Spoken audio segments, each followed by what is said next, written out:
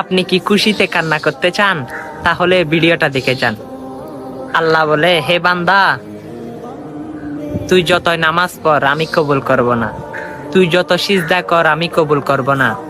তখন ওই বান্দা বলে আলহামদুলিল্লাহ। তখন আল্লাহ বলে, কিরে, তোর ইবাদত আমি কবুল করব না বলছি, তুই আলহামদুলিল্লাহ কেন বললি? তখন আল্লাহ বলে, এই বান্দা যা, তুই জাহান্নামে যা। তখন ওই বান্দা বলে আলহামদুলিল্লাহ।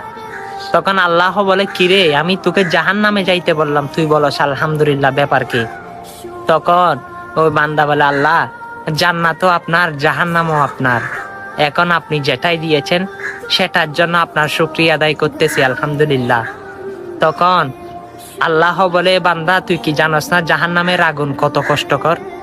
সেখানে তুই কষ্ট পাবি, তুই অনেক কষ্ট পাবি।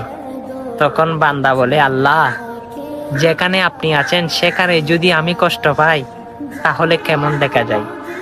আমি জানি মায়ের কুল থেকে যদি সন্তান কোনো জায়গায় পড়ে যায় তখন মা যেভাবে কষ্ট পায়, আপনি তো আমার রব, জানি আমি জাহান্নামে পড়ার সাথে সাথে আপনি কষ্ট পাবেন।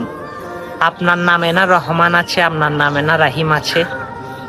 আপনার কি দয়াবান, আপনি তো সমৃদ্ধ, সুবহান। আপনার সামনে যদি আমি জাহান্নামে কষ্ট পাই, জানি আমি আপনার বান্দা, আপনি কষ্ট পাবেন। তখন আমার আল্লাহ বলে, হে বান্দা, আমি তোর কথার প্রেমে পড়ে গেলাম, যা, তোর জন্য জাহান্নাম নয়, আমি জান্নাত বাদেজ করে দিয়েছি। সুবহানাল্লাহ। দেখেন আমার আল্লাহ কতই দয়াবান, আমার আল্লাহ কতই আমাদেরকে ভালোবাসে। আল্লাহু আকবার, আল্লাহু আকবার।